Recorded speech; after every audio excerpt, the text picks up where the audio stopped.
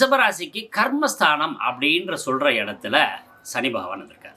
இந்த சனி பகவான் வரும்போது என்ன ஆகுதுன்னா, ரிஷபராசிக்கு 12க்கும் 7க்கும் உரிய செவ்வாயோட சாரத்தில் இருக்காரு. அதுக்கடுத்து 8க்கும் 11க்கும் உரிய குரு சாரத்தில் ட்ராவல் பண்ண போகிறாரு. அப்போ இந்த இடைப்பட்ட ராகுசாரத்தில் பயணப்படும் போது இந்த ரிஷபராசிக்கு என்னன்னு கேட்டிங்கன்னா, 9, 10 கூடிய யோகாதிபதி தான் இந்த சனி.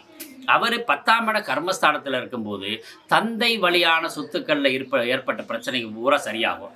அப்பாவோட தொழிலை நான் செய்யலான் இருக்கேங்க அப்படின்னு கேட்குற ரிஷபராசிக்காரங்களுக்கு தந்தை வழி சொத்துக்கள் ஆதாயம் கிடைக்கிறது மாதிரி தந்தை வழி தொழிலும் ஆதாயத்தில் ரொம்ப சிறப்பாக இருக்கும். அதே மாதிரி ரிஷபராசிக்கு 9ஆம் இடம் என்பது வெளிநாடு பயணங்களையும் குறிக்கலாம். ஆனால் 10ஆம் இடம் என்பது சிறராசியாக இருக்கிறதுனால உள்நாட்டில் இருந்து வெளிநாட்டு பண வரவுகளை நோக்கி பயணப்படுறவங்க அனைவருக்கும் நல்லாயிருக்கும்.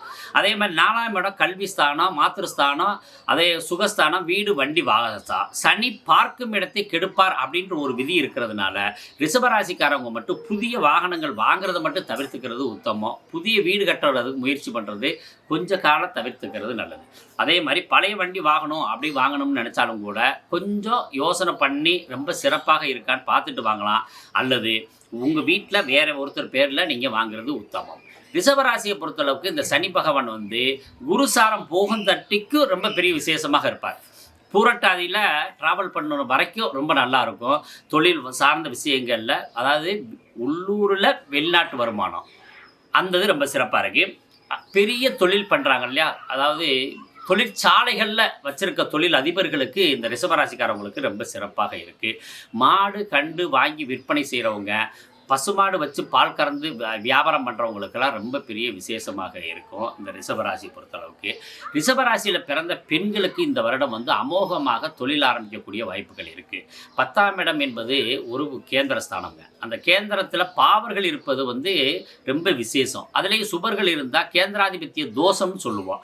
ஆனால் பாவர்கள் இருந்தால் அதுவே ரொம்ப நன்மை. இதில் என்னன்னு கேட்டிங்கன்னா, சசயோகத்தையோட அப்படியே வர்றாரு சனி. 1, 4, 7, 10 சனி ஆட்சி பலம் பெற்றிருந்தாக்க அதுக்கு பேர் சசயோகம்னு பேருங்க.